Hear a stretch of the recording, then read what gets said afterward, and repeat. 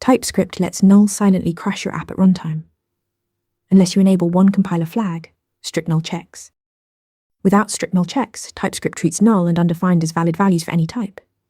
A string can hold null, a number can hold undefined, and the compiler says nothing. Enable the flag, and they become distinct types, no longer assignable to string, number, or boolean unless you explicitly declare them. With strictNullChecks enabled, the TypeScript compiler actively tracks where values could be null or undefined and flags any unsafe access. Try calling a method on a possibly null object, and you get a compile time type error, not a silent crash in production. This moves an entire class of runtime bugs to build time.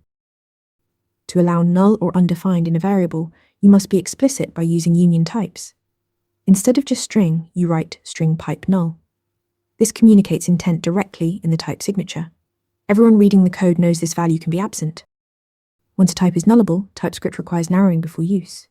3 tools: an if check to guard against null, optional chaining with question dot for safe property access, and nullish coalescing with double question mark for fallback values.